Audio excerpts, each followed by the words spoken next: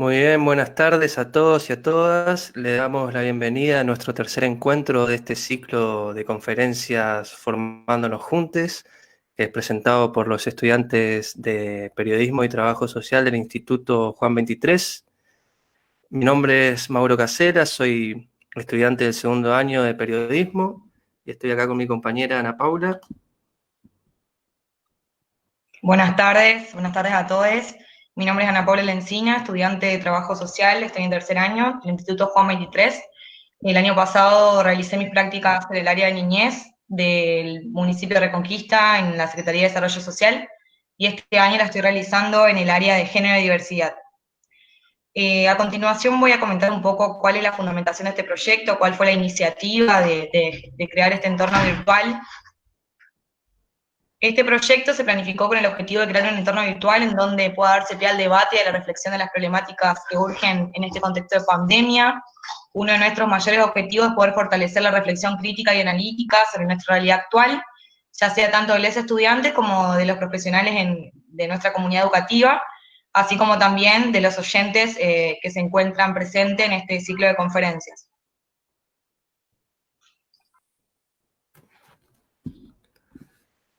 Muy bien, en el día de hoy vamos a contar con la presencia de Manuel Mayardi y la temática que va a abordar es el proceso de intervención y autonomía profesional del trabajo social. Sí, Manuel Mayardi Manuel Mayardi es licenciado y magíster en Trabajo Social por la Universidad Nacional del Centro y por la Universidad Nacional de La Plata, respectivamente, y doctor en Ciencias Sociales en la UBA, profesor adjunto en la licenciatura de Trabajo Social y director de la Maestría de Trabajo Social, ambas de la Facultad de Ciencias Humanas, UNICEN, investigador del CONICET en el Centro Interdisciplinario para el Estudio de Políticas Públicas en las temáticas vinculadas a los fundamentos y expresiones de la cuestión social y a las tendencias contemporáneas en las políticas asistenciales referidas a familias en países de América del Sur.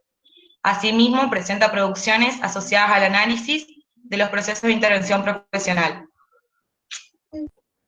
Bueno, muy bien. Y antes de dar paso a la conferencia, voy a aclarar la modalidad que vamos a utilizar para la disertación.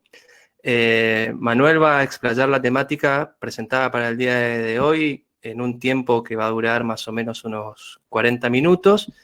Y luego damos un cierre para dar la apertura a las preguntas que el público vaya dejando, ya sea en el chat de WhatsApp, de Facebook, o que vayan llegando a través de los distintos medios que nosotros tenemos. Así que, sin más, le damos la bienvenida a Manuel y le agradecemos por brindarnos su tiempo y acceder a este espacio para debatir esta temática. Así que, bueno, muchas gracias y bienvenido, Manuel.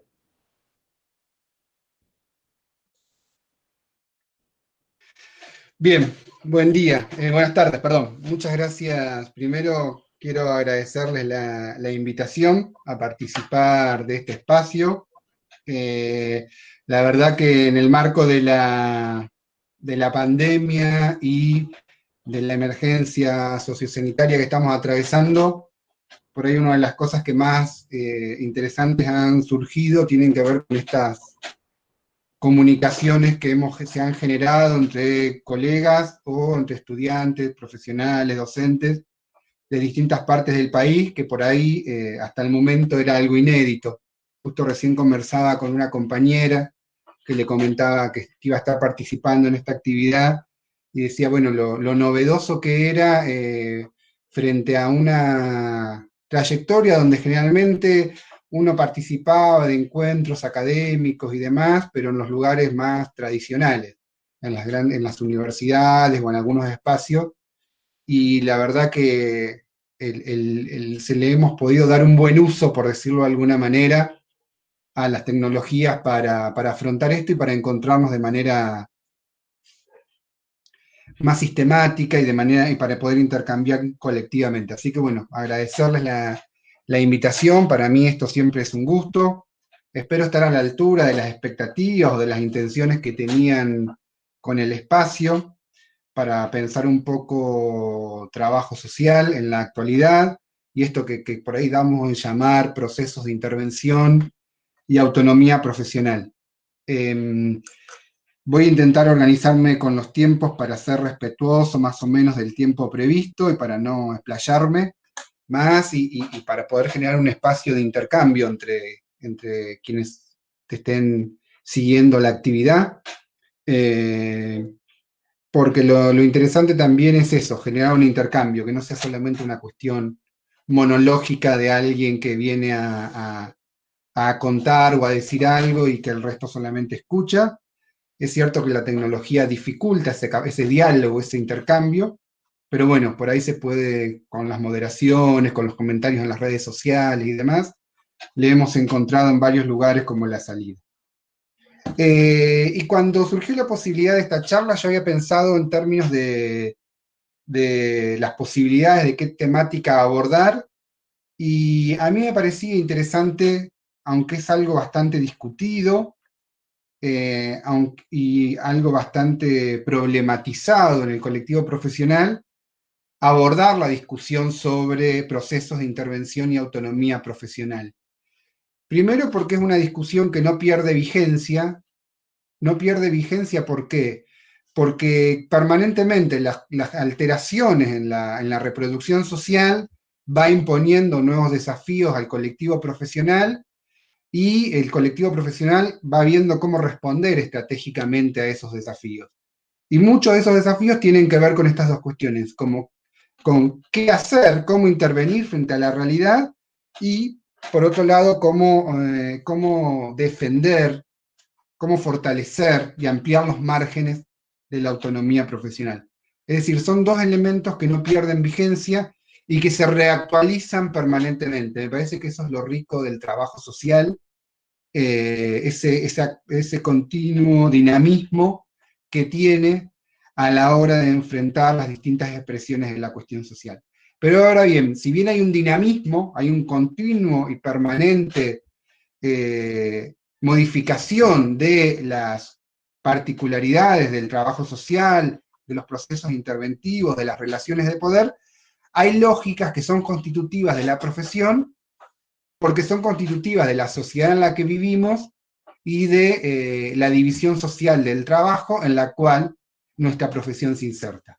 Entonces, hay elementos que son históricos, dinámicos, pero hay elementos que son, además de ser históricos, podríamos decir que son permanentes y que tienen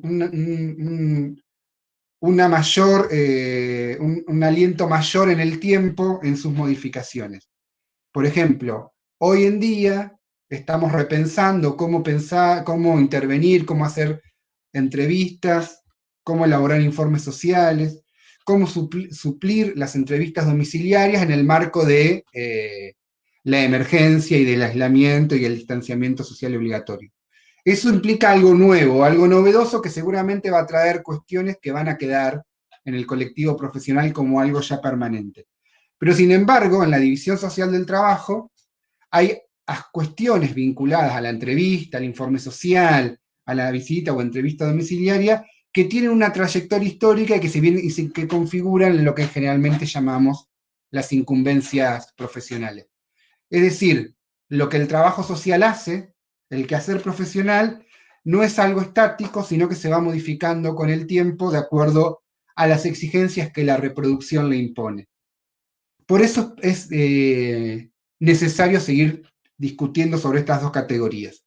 Y por otro lado, me parece que hay una necesidad de corte más epistemológico, por decirlo de alguna manera, a la hora que fundamentan la necesidad de seguir discutiendo sobre esto, que tiene que ver que en tanto el trabajo social es una profesión que se inserta en las ciencias sociales, hay múltiples aproximaciones teórico-metodológicas sobre el trabajo social en sí, pero también sobre la intervención profesional. Y eso es algo interesante porque es lo que también mantiene vivo el debate en la profesión, el pluralismo existente a la hora de pensar algunos tópicos centrales del trabajo social. Ahora bien, ese pluralismo necesario y que tenemos que defender, no tiene que terminar, no tiene que llevarnos a equiparar múltiples aproximaciones teórico-metodológicas sobre cómo pensar el trabajo social, la intervención, los problemas sociales, la cuestión social. Tenemos que poder poner en tensión esas múltiples aproximaciones, porque si no, podemos caer en una tendencia bastante riesgosa, que es el eclecticismo. La yuxtaposición, la unificación tipo Frankenstein, para simplificarlo, de múltiples perspectivas, aproximaciones que incluso muchas veces son contradictorias. Entonces, poner en debate perspectivas también es necesario, no solo para la formación, sino también para el ejercicio profesional. Y en términos de procesos de intervención, hay mucho debate,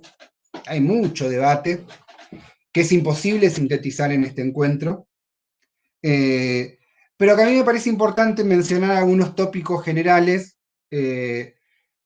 para luego poder plantear algunas dimensiones analíticas superadoras. A ver, yo recién decía que el trabajo social está inserto, forma parte de las ciencias sociales y por lo tanto mantiene un diálogo permanente, dialéctico y activo con las ciencias sociales porque es parte, no porque sea una disciplina auxiliar, sino que nos nutrimos de los aportes de otras disciplinas y también con nuestros procesos de investigación nutrimos al conocimiento de la sociedad. Y en ese diálogo permanente, las matrices teóricas fundamentales existentes en la modernidad se expresan, se recrean y reconfiguran los debates en el trabajo social. Y ahí me parece importante marcar, no en términos valorativos, sino en términos analíticos, cómo el debate sobre la intervención profesional en el trabajo social históricamente estuvo marcado por una matriz de pensamiento de fuerte sesgo positivista. Cuando uno habla del positivismo, hace alusiones a corrientes de pensamiento que tienen Saint-Simon, Comte, Durkheim, sus principales exponentes, pero que también se reactualiza permanentemente en nuevos intelectuales, nuevas intelectuales. Y el trabajo social no ha estado al margen y no está al margen del avance y el fortalecimiento del pensamiento positivista, porque históricamente, en muchos países, incluso en el nuestro, ha sido la racionalidad hegemónica en el campo de las ciencias sociales, pero también en el campo del pensamiento en general. La sociedad burguesa, por decirlo de alguna manera, requiere y necesita una matriz de pensamiento que tiene en el positivismo su principal aliado. ¿Y por qué decimos esto en términos de esa relación permanente entre las discusiones, entre el debate metodológico del trabajo social y el positivismo? Por tres cuestiones que me parece importante mencionar. Una, y acá retomo un trabajo clásico de Montaño, porque mucho del debate metodológico en trabajo social está fuertemente influenciado por los procesos de fragmentación, naturalización y deshistorización de la realidad social. Y muchas formulaciones teórico-metodológicas suponen la existencia de un recorte de la totalidad social en la cual el trabajo social tendría una especificidad interventiva. Además, en estas aproximaciones muchas veces los problemas sociales aparecen analizados en su inmediaticidad y superficialidad. Y por esa aproximación que podemos caracterizar como fenoménica, se tienden a negar las determinaciones sociales que generan los problemas sociales y que lo vinculan con la configuración histórica de la cuestión social. Esas lógicas de pensar los problemas sociales en general y pensar la intervención profesional en particular, muchas veces termina reduciendo el análisis de la realidad a problemas individuales, con un fuerte sesgo moralista, meritocrático, pero también a problemas individuales y familiares, perdón, y culturales. Es decir, hay un proceso de familiarización de los problemas sociales, de culturalización de los problemas sociales, y se niegan las determinaciones, es decir, las causas políticas, económicas, ideológicas, sociales de esos problemas sociales. La otra aproximación que nos permite hacer referencia a esta permanente articulación entre el positivismo y los debates metodológicos en el trabajo social, tiene que ver también con esta idea de que desarrolla Montaño del apriorismo metodológico, que a mí me parece siempre importante traerla a colación. ¿A qué hace referencia Carlos Montaño con esta idea? Que muchas de las preocupaciones por el quehacer profesional están pensadas desde una lógica, de una racionalidad formal abstracta, que se preocupa por el quehacer, es decir, por la intervención profesional, desvinculada de la realidad sobre la cual va a intervenir. Y así es que en mucha bibliografía, en muchos seminarios o asignaturas sobre formación profesional, se nos plantea que la intervención profesional es un conjunto de procedimientos, de pasos, de secuencias a seguir para alcanzar un objetivo.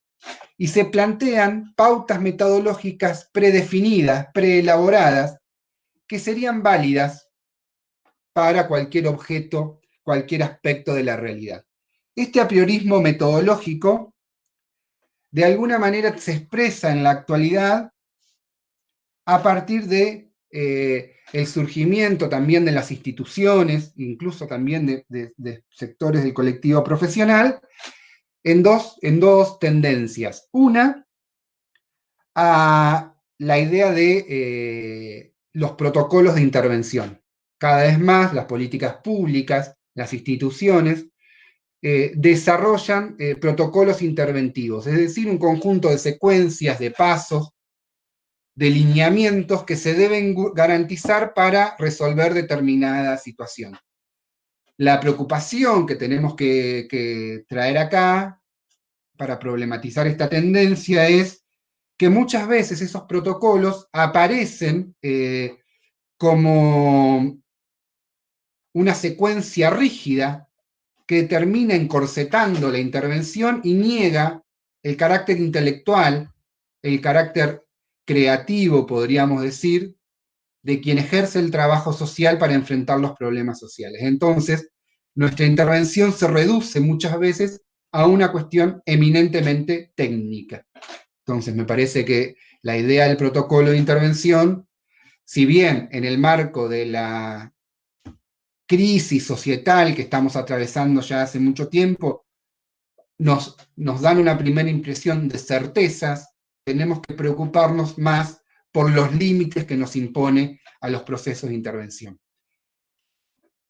Y la otra tendencia en la que se expresa este apriorismo metodológico es en la tecnificación de la intervención, muy asociada a lo que yo venía hablando, que se expresa en muchos textos de trabajo social en la idea de la caja de herramientas o las técnicas de intervención, que serían herramientas neutras que cada una de nosotros aplicaría frente a la realidad.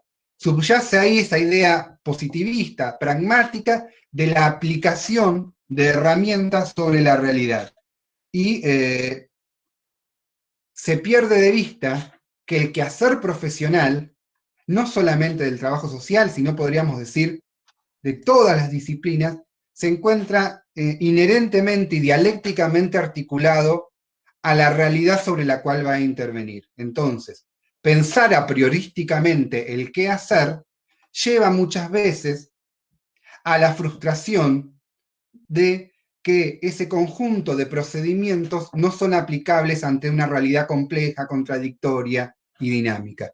Y esto que Yolanda Guerra a veces dice, en la práctica la teoría es otra, porque muchas veces, como la formación viene formateada con estas lógicas a priorísticas, en el ejercicio profesional nos damos cuenta que esas lógicas no son funcionales en términos de alcanzar los procesos de intervención, las finalidades previstas.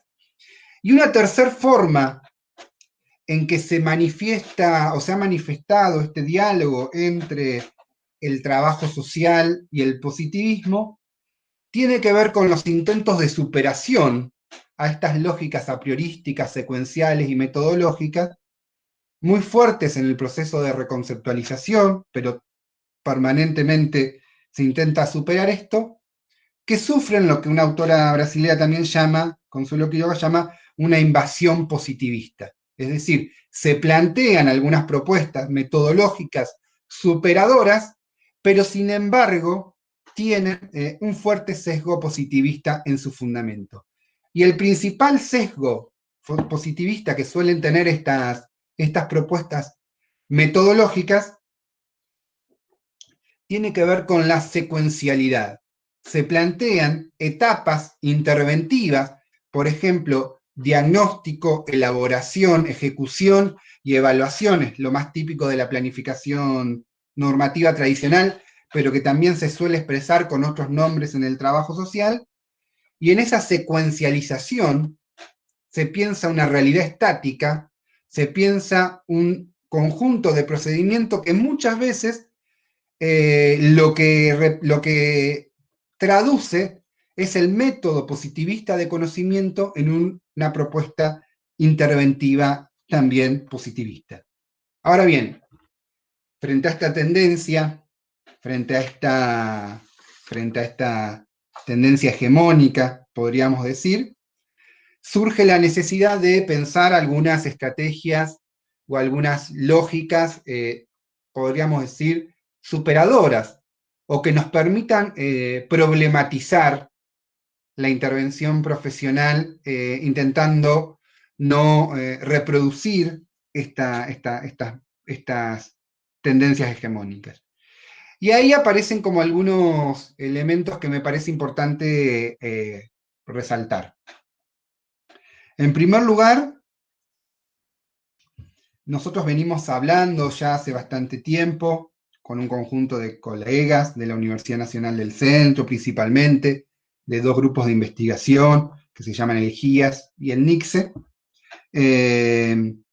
sobre la necesidad de incluir muchos de estos debates en los procesos de formación, porque no hasta hace mucho tiempo estos debates estaban ausentes en los procesos formativos del trabajo social, y la discusión sobre la intervención parecía que era algo que se iniciaba recién con la graduación y la inserción en los distintos espacios ocupacionales. Entonces, en esa búsqueda de problematizar estas cuestiones, una de las categorías sustanciales que hemos incorporado tiene que ver justamente con la idea de proceso de intervención.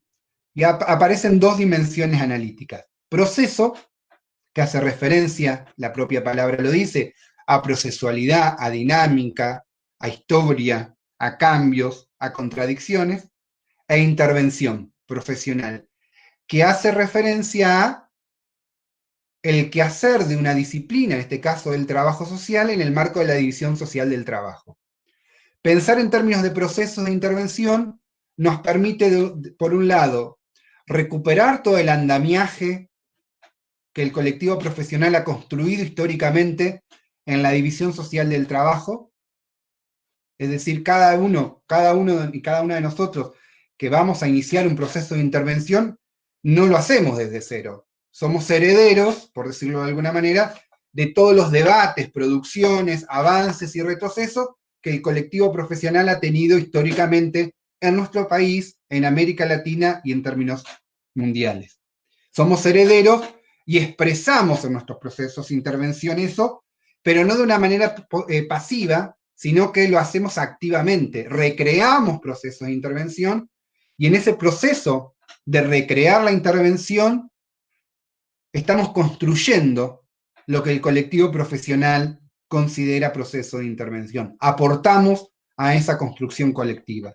Por eso no somos ejecutores de procedimientos estandarizados, sino que somos intelectuales sólidamente formados para pensar la realidad y para pensar propuestas de acción alternativas para modificar aquellas situaciones que suponen injusticias, vulneración de derechos en la vida cotidiana de las personas con las cuales nosotros trabajamos. Y es por ese carácter activo, además, que la idea de proceso de intervención viene a romper con esta estandarización propia que supone la tecnificación heredera del pensamiento positivista. Y un elemento central es que la idea de proceso de intervención procura romper con el apriorismo metodológico, es decir, compensar, entre comillas, una receta de intervención, como si intervenir fuera elaborar un alimento, romper esa lógica y dar elementos para pensar alternativas de acción frente a la realidad. Por eso, cuando uno discute procesos de intervención, discute estrategias de intervención y discute lo que nosotros venimos llamando elementos táctico-operativos en el trabajo social, que serían la entrevista, el informe social, la entrevista a la visita domiciliaria, la elaboración de un proyecto social, la observación, entre otros. Ahora bien,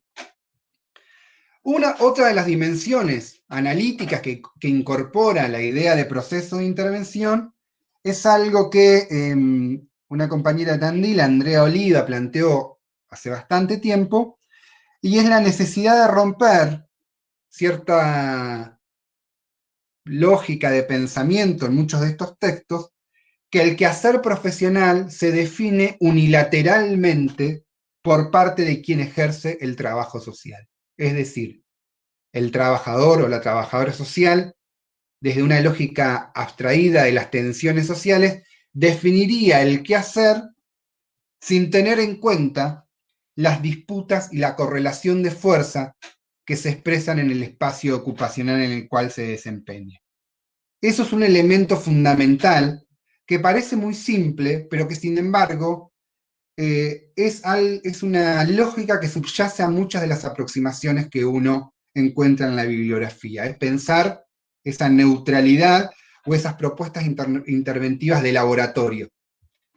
El trabajo social, por ser una profesión eminentemente asalariada, dice Marilda Yamamoto, y esto se vincula con una de las dimensiones que planteaba el título del espacio, tiene una autonomía relativa.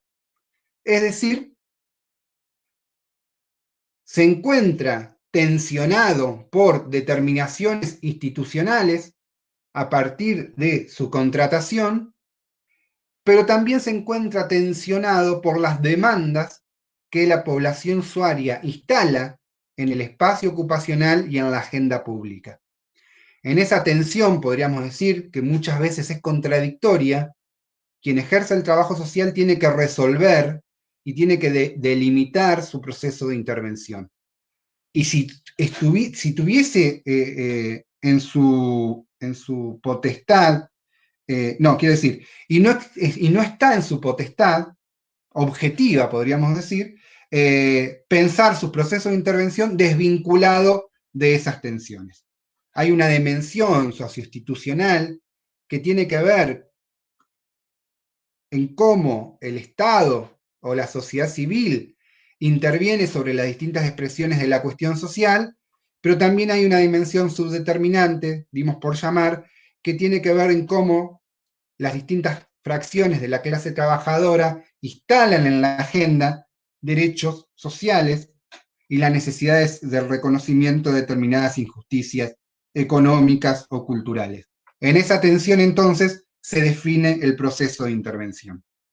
¿Y por qué es importante traer a colación estas dos cuestiones? Y es algo de mucho desarrollo y voy a sintetizar en dos cuestiones centrales. Una es, porque yo recién decía, el trabajo social se inserta eminentemente desde una lógica de asalariamiento. Somos contratados por instituciones del Estado o de la sociedad civil para intervenir frente a distintas expresiones de la cuestión social. Ahí hay dos determinaciones centrales. Una La institución que nos contrata no interviene sobre la cuestión social en sí, sino, diría José Pablo Neto, en una refracción de la cuestión social que además es fragmentada y parcializada. Interviene sobre distintos problemas sociales. La educación, problemas educativos, el desempleo, la violencia y así múltiples instituciones, múltiples efectores se configuran para responder a múltiples problemas sociales.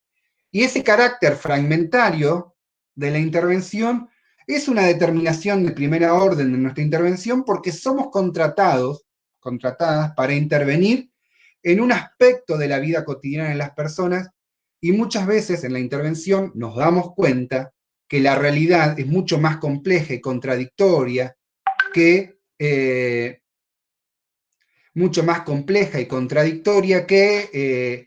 la situación que afecta a las personas. Entonces, o que nos plantea la institución.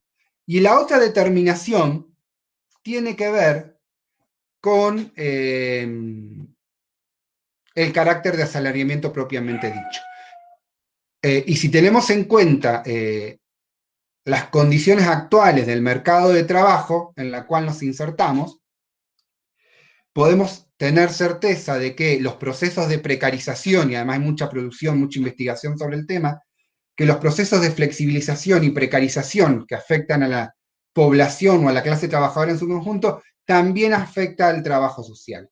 Por lo cual, discutir en términos de autonomía profesional sin pensar que muchas veces estamos contratados de manera precaria e inestable, sería también una abstracción ingenua. ¿Por qué?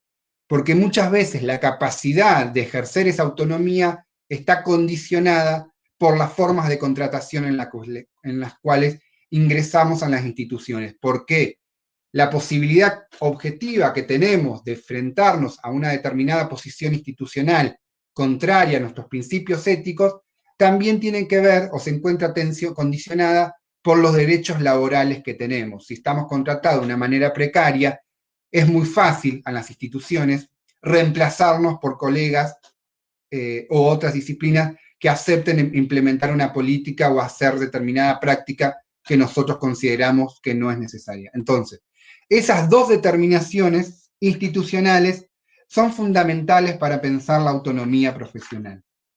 Entonces, procesos de intervención nos permite superar la mistificación técnica de la aplicación de herramientas desvinculadas de estas tensiones. Nuestro quehacer profesional se encuentra tensionado por el contexto en el cual nosotros nos insertamos y en correlación a toda esta dinámica propia de las instituciones entra la capacidad de interpelación que la población usuaria tiene para la política pública y para nuestros procesos de intervención.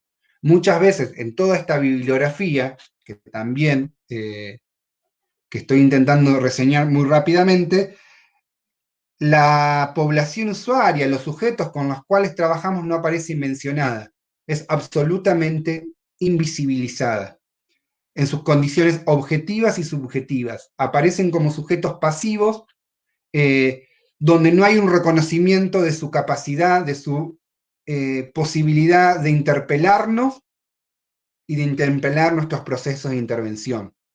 Y entonces aparecen estas ideas de cómo tenemos que elaborar un informe social, direccionar una entrevista, hacer una entrevista domiciliaria y demás, sin tener en cuenta que del otro lado hay sujetos con derechos que tenemos que garantizar y que esos derechos no pueden ser vulnerados por nuestros procesos de intervención. Por ejemplo, una de las cuestiones que está en tensión en la actualidad tiene que ver con el aislamiento. Y una de las cuestiones que personalmente vengo poniendo en tensión es la necesidad de no llevar a cabo o de llevar a cabo solo en casos de urgencia, de imposible reemplazo, las entrevistas domiciliarias.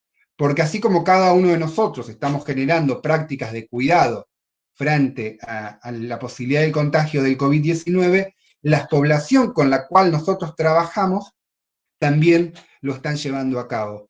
Y muchas veces, desde nuestras instituciones, compulsivamente, se nos plantea, o nosotros planteamos, la realización de una entrevista domiciliaria no respetando los mecanismos de cuidado que las familias pueden tener y constituyéndonos quizás en un vector de contagio para esas personas. Bien, entonces, me parecía importante mencionar esas determinaciones y luego pensar en estos 10 minutos que me quedan, pensar algunos tópicos vinculados a los procesos de intervención propiamente dicho y la autonomía profesional. Y voy a empezar, o voy a continuar, mejor dicho, por estas cuestiones sobre autonomía profesional.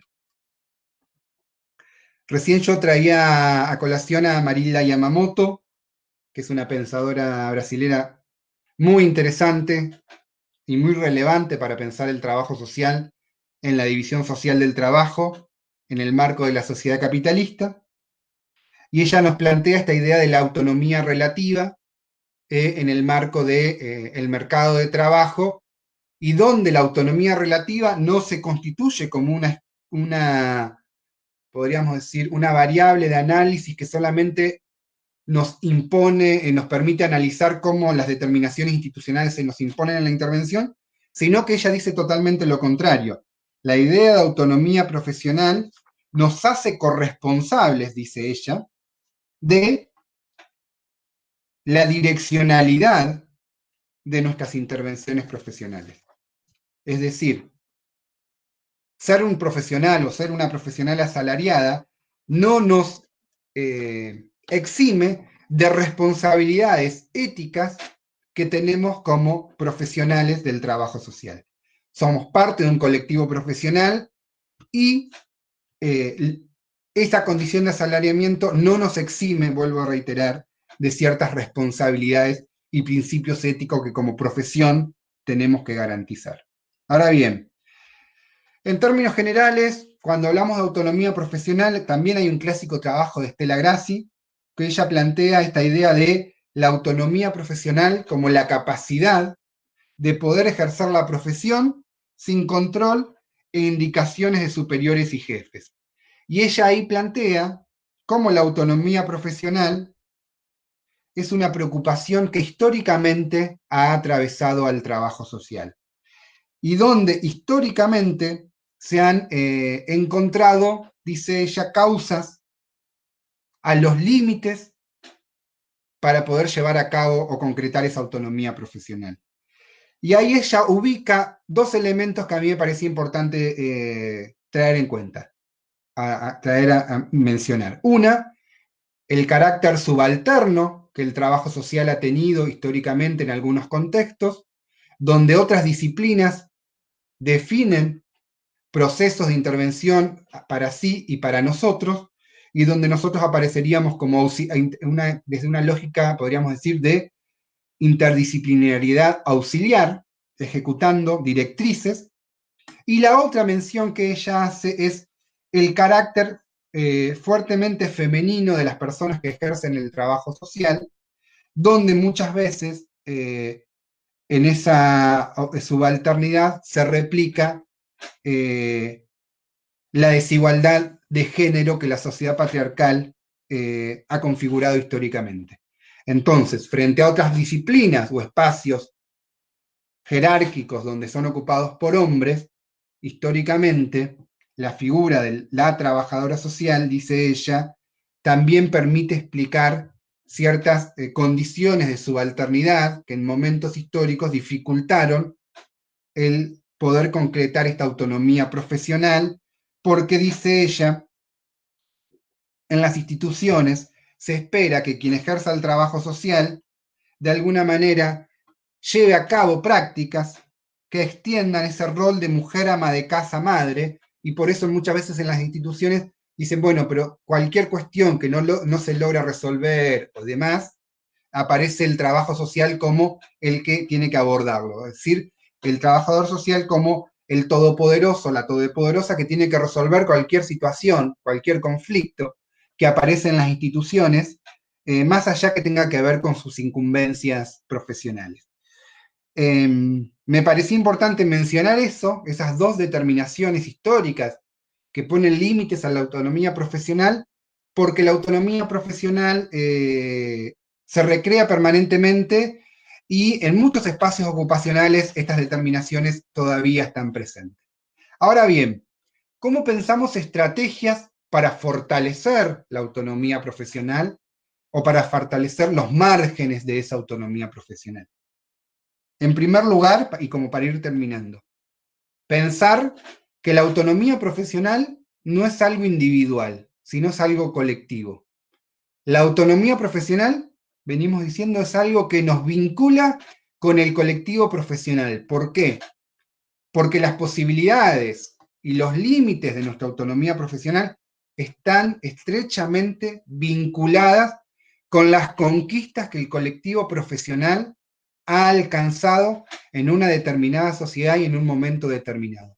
Y muchas de esas conquistas se expresan en normativas, leyes, pero también normativas propias del colectivo profesional. Tenemos un código de ética, tenemos una ley de ejercicio profesional en todas las provincias, tenemos una ley federal de trabajo social. Es decir, hay un conjunto de normativas que suponen conquistas del colectivo profesional que se materializan y que de alguna manera plantean incumbencias profesionales, es decir, aquellas competencias o capacidades que quienes tienen el título de trabajo social pueden llevar a cabo, y entonces ahí las incumbencias aparecen como una herramienta para poner freno a demandas institucionales que las exceden, es decir, como orientadoras a nuestros procesos de intervención. También estas normativas plantean derechos, por ejemplo, en la actualidad, la ley federal en su artículo 10 plantea que tenemos el derecho de contar con todos los recursos necesarios para para el autocuidado de nuestros procesos de intervención en situaciones de emergencia, por ejemplo, como la que estamos atravesando ahora, con lo cual las instituciones no nos podrían pedir que garanticemos procesos de intervención si el contexto actual nos implica poner en riesgo nuestra salud, nuestra vida, si no están dadas las condiciones mínimas para poder llevar a cabo, que eso implica que el Estado o las instituciones tienen que garantizar los recursos necesarios, pero también nos impone obligaciones toda esta legislación. Por ejemplo, nos impone la obligación, por ejemplo en Provincia de Buenos Aires, de que los trabajadores sociales o las trabajadoras sociales tienen la obligación de ser quienes definan qué estrategias de intervención son las adecuadas para distintas situaciones. Es decir, tenemos la competencia, la responsabilidad y la obligación de ser quienes definimos qué estrategia de intervención llevar a cabo de acuerdo a determinada situación. Pero también nos impone, por ejemplo, la obligación del secreto profesional y la confidencialidad de la información. Es decir, el secreto profesional aparece como un derecho de la población usuaria con la cual nosotros trabajamos y una obligación a nuestros procesos de intervención. En ese marco nosotros venimos planteando, y esto hablo también como colegio profesional que vengo participando, que eso atraviesa todos los momentos de la intervención profesional. Por ejemplo, no se nos podría demandar que llevemos a cabo una entrevista en un espacio donde no está garantizada la confidencialidad de la información. Es una cuestión que tenemos que interpelar a las instituciones, los espacios de trabajo y principalmente los espacios en donde llevamos a cabo el encuentro dialógico con las personas con las cuales nosotros trabajamos y poder tensionar esa idea de que podemos entrevistar a una persona en cualquier espacio, mientras hay otras disciplinas que tienen oficinas, consultorios, con todos los resguardos necesarios. Tenemos una obligación por hacer respetar ese secreto profesional. Pero también se vincula el secreto profesional como obligación y responsabilidad a la elaboración de los informes sociales, por ejemplo. Nadie nos puede plantear qué información incluir o no en un informe social, dado que somos responsables como dice Walter Giribuela, de hacer extensiva determinada información a un interlocutor, pero siempre y cuando la información que incluimos es pertinente. Por lo tanto, somos 100% responsables de qué escribimos en un informe social y nadie debería poder interpelarnos de qué información omitir o incluir, porque somos quienes tenemos la facultad. Obviamente que somos responsables de lo que escribimos en esos informes sociales y hay conjuntos de mecanismos institucionales, principalmente en los colegios profesionales, que pueden interpelarnos, llamarnos a la reflexión sobre cómo estamos interviniendo o cómo estamos escribiendo. Entonces, cuando hablamos de autonomía profesional, no lo hablamos como algo individual, lo hablamos como algo colectivo, pero también me parece importante mencionar que en ese proceso de colectivización de la autonomía profesional, no nos tenemos que desvincular de nuestro lugar como trabajadores, trabajadoras. Es decir, somos parte de distintas expresiones de la clase trabajadora que tenemos derechos laborales que tenemos que poder defender y exigir su defensa en las instancias sindicales. Con preocupación vemos que cada vez más el colectivo profesional tiende a desvincularse del sindicato, de los gremios, y eso de alguna manera está marcando una debilidad a la hora de exigir el respeto por nuestras incumbencias profesionales. Pero también la autonomía profesional tiene una determinación legal que es muy importante tener en cuenta, que son las conquistas de la clase trabajadora consagradas en derechos sociales. Nosotros intervenimos en el marco de derechos sociales, emancipación política, ciudadanía, como queramos llamarlo. Pero intervenimos para garantizar, promover, proteger, restituir derechos. Y esos derechos en su mayoría están consagrados o en la Constitución Nacional, provinciales o en legislación específica. Y por lo tanto, la defensa de esos derechos humanos, en general, son el horizonte y además estamos obligados como disciplina a intervenir en su defensa y su garantía. Por lo tanto, nadie nos puede pedir, y esto además lo dice toda la legislación, que nuestras intervenciones vulneren derechos sociales. No nos pueden pedir en las instituciones, por ejemplo, no denunciar alguna situación de violación, algún derecho de la niñez, a una mujer víctima de violencia, porque la institución no quiere hacerse cargo posterior de todas las implicancias que eso tiene.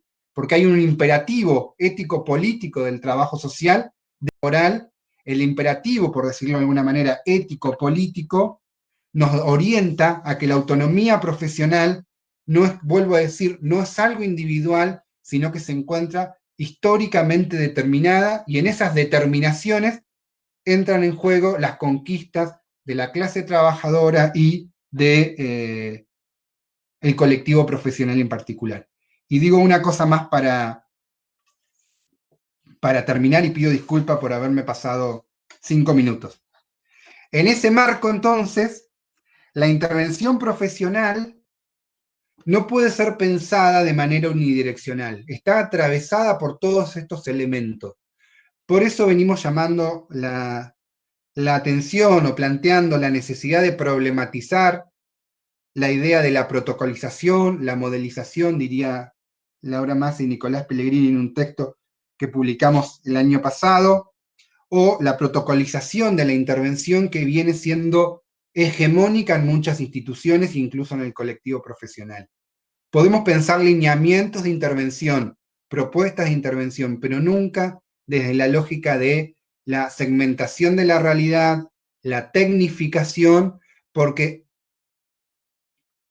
tarde o temprano eso termina reduciendo nuestra autonomía profesional y termina de alguna manera reduciendo nuestro quehacer profesional a una cuestión meramente instrumental y técnica.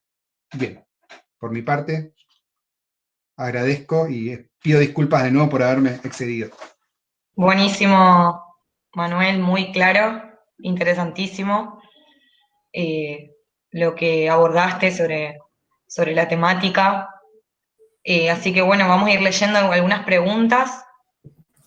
No hay muchas porque, como te digo, me parece que fue bastante claro y precisa tu información. Así que, Mauro, ¿querés ir leyendo algunas? Bueno, dale. Ahí leo la primera que llegó. eh, es la siguiente. Bueno, creo que está más que respondida, pero por ahí para darle un... es, ¿de qué hablamos cuando decimos autonomía profesional? Por ahí, Manuel, la verdad que creo que quedó claro, pero quizá de una forma breve para cerrar esa pregunta y ese concepto, si podrías describirlo, así respondemos a ese cuestionario. Dale. Bien. eh, la idea de autonomía profesional no debe confundirse con la idea de discrecionalidad, con la idea de una responsabilidad o como la potestad individual de que el profesional o la profesional realiza o tiene que tener la posibilidad de intervenir de acuerdo a lo que considera justo, necesario, de manera individual. Porque muchas veces la idea de autonomía profesional tiende a ser pensada en términos individuales, es decir, lo que cada uno hace lo que quiere y como soy profesional tengo autonomía y nadie puede valorar, decirme si está de acuerdo o no o interpelarme. Nosotros venimos a plantear una mirada totalmente distinta de la autonomía profesional. Por eso yo hablaba de que la autonomía profesional es la capacidad, y acá retomo a Stella Grassi, de poder definir, y a ver, y lo voy a intentar pensar, acá lo tengo sintetizado, la idea de autonomía profesional implica considerar la capacidad de quien ejerce el trabajo social de definir la finalidad de intervención, es decir, el horizonte, hacia dónde queremos ir con nuestro proceso de intervención. Imprimirle una direccionalidad, porque cuando nosotros intervenimos, le imprimimos una direccionalidad política a la situación, y seleccionar las alternativas que consideramos oportunas para alcanzar los objetivos propuestos. Y entonces, en esa capacidad de definir una finalidad con una determinada direccionalidad y de definir cuáles son las alternativas oportunas para alcanzar esa finalidad, entra la autonomía profesional. Pero como decíamos, esa autonomía, esa capacidad es tensionada por los actores que se expresan en nuestro cotidiano profesional, tanto institucionales como de la población usuaria, pero también es tensionada por los alcances que el colectivo profesional le imprime a nuestros derechos y a nuestras obligaciones en el marco de la división social del trabajo. Espero haber sido como sintéticamente claro. Buenísimo. Segunda pregunta. Dice, en tiempos de pandemia, ¿cómo se crea un plan de intervención en trabajo social? Bien, complicada la pregunta, porque en realidad, por dos cuestiones. Una, porque la idea de pensar un plan de trabajo es necesaria, pero no puede ser en términos pensado, todo lo que fui diciendo, de manera a priorística. Tenemos que poder pensar cómo la idea de plan de trabajo, plan de intervención, responde a determinadas necesidades de las personas con las cuales nosotros estamos trabajando. Y sin lugar a dudas, la pandemia vino a marcar una interpelación a las modalidades tradicionales, por decirlo de alguna manera, de nuestros procesos de intervención. Interpelaciones en dos sentidos, porque interpeló las instituciones en su totalidad se tuvieron que redefinir, y en algunos casos quienes ejercen el trabajo social, pero también otras disciplinas, están interviniendo bajo la lógica del teletrabajo desde sus domicilios, con lo cual también hay toda hay límites que esta modalidad impone, principalmente cuando, si bien desde las instituciones se pensó el teletrabajo, no se pensaron los recursos necesarios para garantizar ese teletrabajo. Por ejemplo, desde el ámbito universitario, en la formación, se planteó toda la formación, todo el proceso mediante el teletrabajo, pero sin embargo, y esto lo vienen planteando los distintos gremios, más allá de la posición política y un acuerdo en eso, que el teletrabajo se sostuvo bajo las posibilidades de los y las docentes.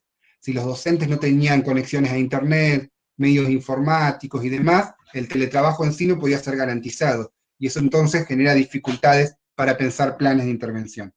Pero también la realidad de la pandemia impone condiciones distintas en el cotidiano de las personas con las cuales nosotros estamos trabajando. Porque además son personas que generalmente o tendencialmente están insertas en el mercado informal de trabajo, donde muchas de sus condiciones vinculadas a la reproducción están vinculadas al acceso a políticas sociales que hoy en día en los espacios locales también están siendo tensionadas por distintas modalidades interventivas y demás. Con lo cual, la idea de pensar un plan de trabajo, me parece a mí que tiene que, no se me ocurre, porque digo, hay que pensarlo también a partir del espacio ocupacional, pero sí me parece que, y doy vuelta un poco a la pregunta, que tenemos que pensarnos cómo el trabajo social puede aportar en el marco de la pandemia para construir una agenda pública o para aportar a la construcción de la agenda pública en términos de las necesidades que la emergencia de la pandemia COVID-19 y del aislamiento o el distanciamiento social están imponiendo a la reproducción de las distintas fracciones de la clase trabajadora. Es decir, por nuestro conocimiento, porque no nos hemos desvinculado de la población con la cual trabajamos, porque sea que vamos a las instituciones o hacemos teletrabajo, tenemos un conocimiento permanente, somos conscientes, tenemos la información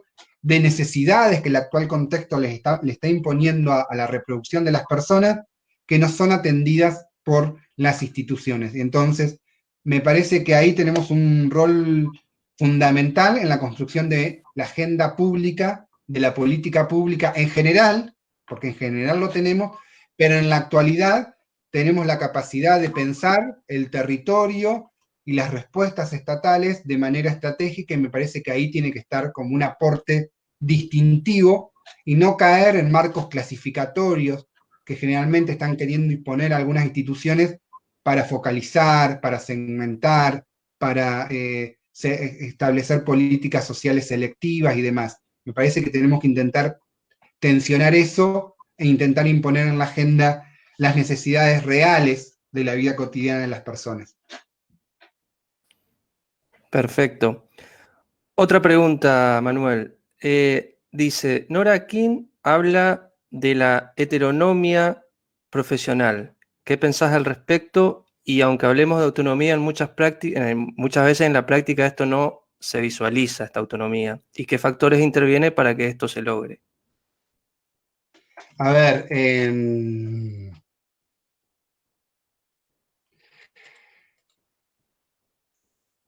por ahí de los factores los fui mencionando, por ahí no, de Nora King, de lo que yo tengo leído, por ahí no son esas discusiones, pero sí me parece que la idea de heteronomía y la idea de en tensión con la autonomía profesional no debe ser pensada en términos estáticos, porque la autonomía profesional, desde una mirada pesimista, puede llevar a afirmar la ausencia de la misma, es decir, que el trabajo social, por su inserción en las instituciones y por su carácter asalariado y demás, no tiene la capacidad de direccionar sus procesos de intervención. Y eso yo prefiero pensarlo también desde los riesgos, por decirlo de alguna manera, de caer en una mirada fatalista, de que nada se puede hacer frente a las demandas institucionales. No soy precisamente alguien que tiene una mirada en contraposición, como plantea Yamamoto, romántica, digamos, mesiánica, para pensar la autonomía profesional, pero me parece que en la tensión entre los actores sociales y en las determinaciones que fui mencionando, en las instituciones aparecen esos intersticios por los cuales ampliar los márgenes de autonomía. Y más aún si pensamos que la autonomía es algo colectivo y no es algo individual. Entonces, a mí, la idea de ausencia de autonomía profesional no me parece una categoría que aporte a las discusiones actuales, sino me parece más oportuno pensar esta idea de avanzar, reflexionar sobre la autonomía profesional en términos colectivos y pensar la intervención profesional en relación a proyectos profesionales. Y cómo lo que nosotros hacemos en distintos espacios ocupacionales tiene que ser respaldado por un colectivo profesional que no es algo abstracto, que se expresa en la formación, pero también se expresa en los colegios profesionales, que son quienes tienen que estar en los lugares de trabajo exigiendo el respeto por nuestras incumbencias, nuestras funciones y nuestros procesos de intervención. Bueno, Manuel, perfecto. Acá había otra pregunta que me parece que es reiterativa y fue contestada recientemente por vos. Dice, se habla de heteronomía como concepto relativo a los factores externos que condicionan el quehacer profesional. ¿Qué piensa al respecto? Me parece que fue contestado, por lo tanto pasamos a la siguiente. Volviendo un poco de lo que hablaba hoy sobre el contexto socio-institucional, ¿cuáles son los niveles a seguir? ¿Cuáles son, perdón? No escuché. Disculpa, volviendo un poco de lo que hablaba hoy sobre el contexto socioinstitucional, ¿cuáles son los niveles a seguir? ¿Los niveles en qué no dicen qué sentido, no? No. No. No, yo calculo que deben ser los niveles de intervención. Al contexto socioinstitucional, ¿cuáles son los niveles a seguir? Bien, me cuesta pensar la pregunta, no la termino de comprender, pero sí por ahí puedo pensar algunas cuestiones. Pensar en términos de procesos de intervención es pensar en términos de estrategias de intervención. Y pensar en términos de estrategias de intervención supone considerar la capacidad que tenemos para alcanzar una determinada finalidad. Y esa capacidad tiene como dimensiones de análisis la posibilidad objetiva y subjetiva de poder materializarse. Y eso implica, y acá retomo yo centralmente los aportes de Matus de la planificación, la viabilidad que tienen o no nuestras estrategias de intervención en contextos ocupacionales específicos. Y esa viabilidad no es algo estático, sino es algo que se construye y tiene una dimensión social, económica e institucional. Social porque hace referencia a la capacidad y al poder que tenemos de llevarlo a cabo, y eso supone que tenemos que llevar a cabo, implementar o poner en práctica relaciones estratégicas con otras personas, porque nuestras intervenciones no pueden ser aisladas, tenemos que poder establecer relaciones de cooperación con otros sujetos involucrados en las instituciones y en los territorios. La viabilidad económica tiene que ver con una de las determinaciones fundamentales, que tiene la posibilidad de contar con recursos para dar sustento a nuestra intervención y recuperar la práctica o la función asistencial en el trabajo social. El trabajo social tiene una función asistencial que tenemos que defender sistemáticamente porque eso implica la capacidad de garantizar el acceso a determinados recursos o prestaciones o servicios, y por otro lado, la necesidad de estar poniendo en tensión siempre los objetivos institucionales a partir de nuestros procesos de intervención. Al principio yo decía, bueno, nosotros somos contratados por una institución que interviene frente a la cuestión social de manera fragmentada. El trabajo social, frente a esos objetivos institucionales, tiene que poder interpelar y romper con cierta asimilación que suele darse en las instituciones, pero también en el colectivo profesional, entre los objetivos institucionales y los objetivos profesionales. No son lo mismo. Si bien las instituciones tienen objetivos propios, el trabajo social como disciplina tiene los propios y tiene que poder fortalecerlos y defenderlos. Y una de esas primeras herramientas o primeras cuestiones que hay que hacer es diferenciarlos, poner en tensión y poner en tensión cuáles son los valores, las concepciones que sustentan las prácticas institucionales y cuáles queremos fortalecer nosotros. Porque en ese proceso de interpelación aparece la crítica a ese cotidiano profesional que muchas veces es alienante y que tenemos que poder interpelar para recuperar ese carácter creativo. Porque si no, siempre estamos interviniendo desde una lógica de que nada se puede revertir, de la aceptación pasiva de lo que la realidad impone, y en realidad, como dice Heller, en el cotidiano está la reproducción de esa alienación, pero también está el germen para la alteración, para modificar esas estructuras. Y bueno, en el cotidiano profesional también se da esa tensión. Y por otro lado, pensando en los niveles, prefiero analizarlo en términos de dimensiones de análisis o de dimensiones en los procesos de intervención, en el marco de la institución, que tienen que ver también con las condiciones objetivas en las cuales se lleva a cabo el ejercicio profesional. Y esta que yo mencionaba al principio, tenemos que poder exigir que se nos garanticen condiciones de trabajo dignas. Algo que parece un absurdo en este momento histórico. Sin embargo, si uno va a distintos espacios de trabajo, se encuentra que las condiciones del ejercicio profesional son precarias, no solamente por las condiciones de contratación, sino porque los recursos que las instituciones disponen para quienes ejercen el trabajo social suelen ser precarios. Las condiciones, las oficinas, el hacinamiento en los espacios de trabajo, las dificultades para acceder, por ejemplo, a los recursos informáticos. Por eso muchos colegas y muchas colegas elaboran los informes sociales en sus casas, fuera de horario de trabajo, porque,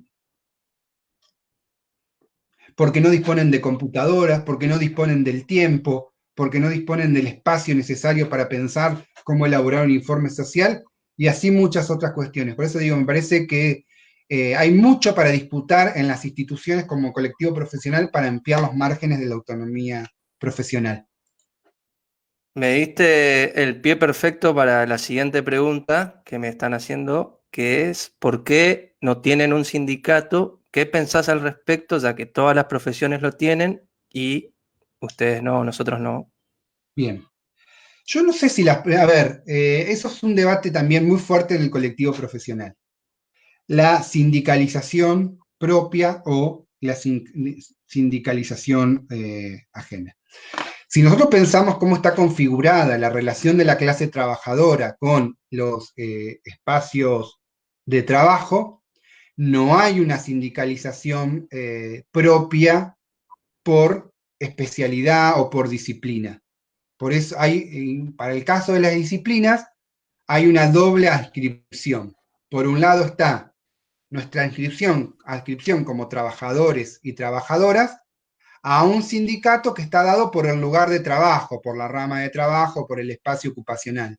Si somos empleados como trabajadores sociales de un efector municipal, seguramente tengamos las posibilidades de adherirnos al sindicato municipal. Si somos empleados de un organismo estatal, tenemos la posibilidad de afiliarnos a alguno de los sindicatos que aparecen en el ámbito de la provincia, por ejemplo, acá de Buenos Aires. Yo como docente universitario tengo la posibilidad de afiliarme al gremio de los docentes universitarios y así sucesivamente. En Argentina, creo que a nivel mundial, los sindicatos están pensados por nuestra pertenencia a una clase trabajadora que se nuclea gremialmente para defender sus derechos frente a una ocupación. Y me parece que eso es algo que tenemos que fortalecer, porque si no tendemos a diferenciarnos del resto de la clase trabajadora. Hay algo que nos iguala, que es la venta de nuestra fuerza de trabajo. Ahora bien, nos alcanza para ampliar nuestros márgenes de autonomía y defender nuestros derechos con la sindicalización, porque eso nos permite disputar algunas cuestiones, pero hay otras que tienen que ver con el quehacer profesional, que en Argentina y también a nivel mundial tiene que ver con el control de nuestra intervención, que el Estado lo delega en los colegios profesionales. Entonces nosotros tenemos una doble adscripción, que son los colegios profesionales. Hay defensas vinculadas a nuestros procesos de intervención que tienen que ver con las condiciones en las cuales se lleva a cabo y que están reguladas por los derechos y obligaciones, que corresponde que las hagan los colegios profesionales. Por eso no tenemos que disociarnos No podemos pensarnos ni como profesionales desvinculados de la clase trabajadora, ni trabajadores desvinculados de los colegios profesionales. Somos la síntesis de esas dos adscripciones.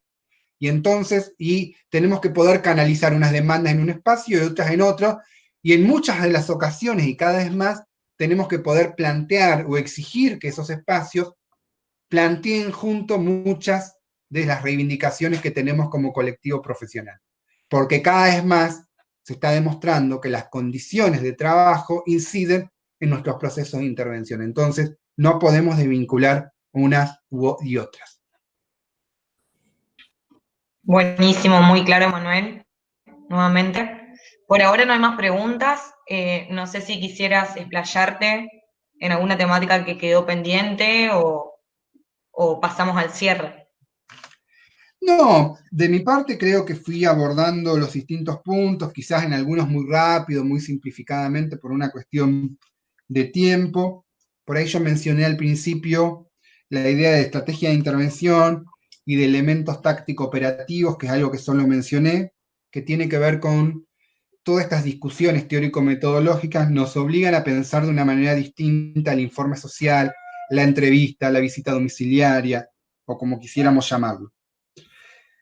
No puedo desarrollar las implicancias que eso tiene, pero de alguna manera sí dejar como la necesidad de problematizar cada uno de estos elementos táctico-operativos, porque así como yo sinteticé la herencia positivista para las discusiones de la intervención, esa herencia positivista se expresa en muchas de las discusiones sobre el informe, la entrevista, la visita domiciliaria. Entonces, ahí es una necesidad a seguir problematizando, que es algo que venimos trabajando también como colectivo profesional, que por ahí no pude profundizar, pero bueno, dejo como la inquietud que pensar la intervención en las lógicas que venía planteando nos supone también problematizar muchas de las discusiones hegemónicas que se están instalando en ese campo. Perfecto, quedó muy claro. Sí, seguramente vamos a tratar en las distintas cátedras que compete claramente a esta temática más específicas, ¿no? Algunas cátedras como Estado y Políticas Públicas, Trabajo Social, así que seguramente va a ser una inquietud que vamos a debatirla después con el curso, el aula. Bien. Así que bueno, me parece que ya vamos cerrando este ciclo de conferencias. Hasta aquí ha llegado la conferencia de hoy. Les agradecemos la disposición de nuestro disertante elegido por habernos dado el espacio y su tiempo para poder hacer posible este intercambio constructivo sobre procesos de intervención y autonomía profesional del trabajo social, la cual es una temática fundamental claramente para interpelar nuestra profesión como futuros profesionales y asimismo también para las y los trabajadores sociales recibidos que se encuentran como oyentes, ya que es necesario revisar la perspectiva de nuestros proyectos profesionales desde un enfoque crítico analítico, ya sea nuestra forma de intervención como nuestro desempeño en las instituciones, así como también reivindicar nuestra identidad como colectivo profesional y claramente destacar el valor de nuestra labor. Así que te agradecemos, Manuel. No, yo les agradezco por la invitación y a disposición para lo que consideren en el futuro. Muchas gracias.